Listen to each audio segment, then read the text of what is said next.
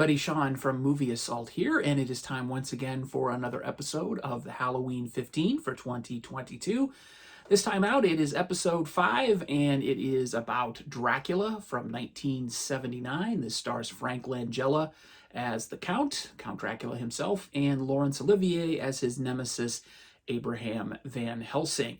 We're here at episode 5. I'm already 1/3 of the way through the reviews for this month. So far, so good. I did want to try something a little different this time. My previous 4 entries, I sort of was reading what I wrote, and it kind of gets a little stilted and a little awkward. So there's an obvious difference between writing style and speaking style. So I'm going to try and wing this off of a recollection of what I wrote about the movie. So hopefully I won't get too long-winded. And hopefully this feels a little bit more natural and not quite as stilted as the previous entries. So, Dracula, the character, has been around for a really long time, and he's been interpreted various different ways. The iconic representation of Dracula by Bela Lugosi in the 1931 classic, all the way through, I'm thinking of Leslie Nielsen in Dracula Dead and Loving It. Of course, the 1992 version with Gary Oldman as Dracula.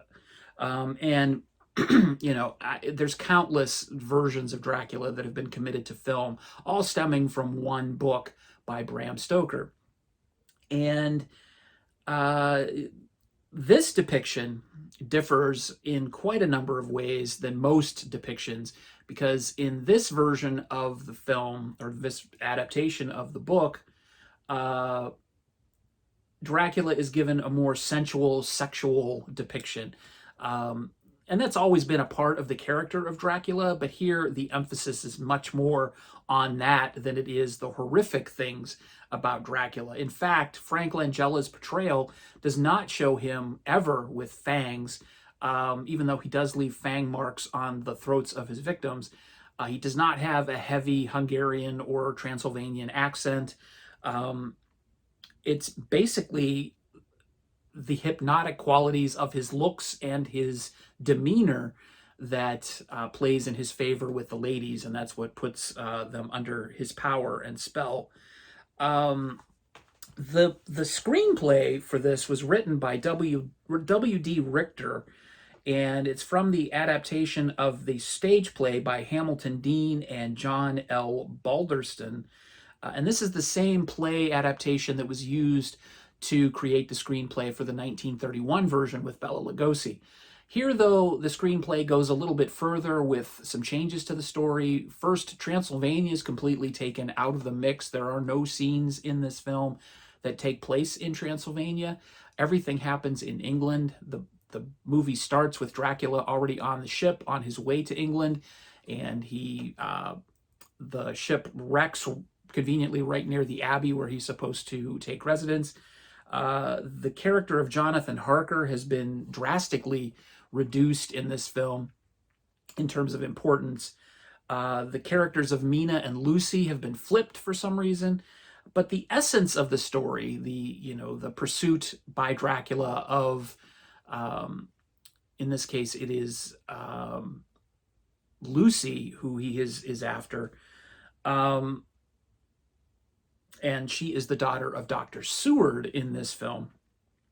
And if you're watching this, I'm sure you're more than familiar with the original story of Dracula, so I'm not going to recap the entire story.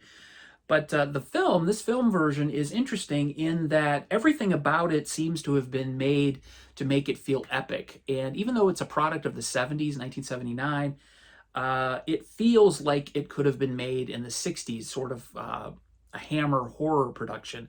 Kind of feels like what it is aspiring to be, except for a few moments that are unmistakably 1970s, especially a love scene between Dracula and Lucy that breaks out some laser effects and smoke and looks like literally like it was filmed in 1979, where that effect where you see a laser shooting down a corridor with smoke and there's like a ring. I can't really describe it, but if you grew up when I grew up, you used to see that effect all the time. The only difference here is it's tinted red.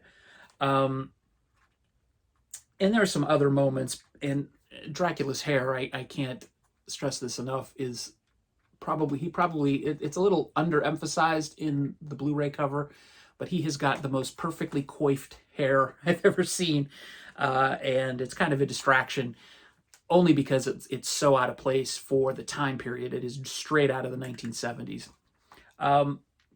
But all in all, the cast is fantastic in this. Frank Langella does a great job as Dracula with this more sensual, sexual depiction. Laurence Olivier is fine as Van Helsing. I can't really knock him for anything. He's a little histrionic in some scenes, but otherwise he's great. Kate Nelligan as Lucy is really good. She's actually very beautiful in her depiction and her appearance, obviously. Donald Pleasance plays Dr. Seward, and he's kind of all over the place. He's kind of depicted as kind of a numbskull in certain scenes, but he's really good. He's Donald Pleasance, and you can't knock him for anything. The direction by John Badham is totally adequate. So this is not the best film version of Dracula I've ever seen. It's one of the most unusual in terms of the changes that were made to it, but the essence of the story is there. The emphasis on the romantic parts kind of take away from it being terrifying or scary, so it's really not that scary or frightening. There's maybe one scene that might give you the chills, and that's a scene that takes place underground with Van Helsing. But other than that, it's a perfectly adequate but not particularly remarkable version of the story, and I give it 7 out of 10. So there you go. That's my review of Dracula, episode 5 of the Halloween 15 for 2022. And thanks for enduring the first 4, which I think may have been, like I said, a little stilted and a little wooden. Hopefully this one's a little better. Maybe a little more off the cuff is a better way to go. I don't know. You tell me in the comments, and I'll see what I do for the next episode, which will be episode 6. So thanks for watching, and as always, feel free to rate, comment, and subscribe if you haven't done so already. Thanks again for watching. Take it easy.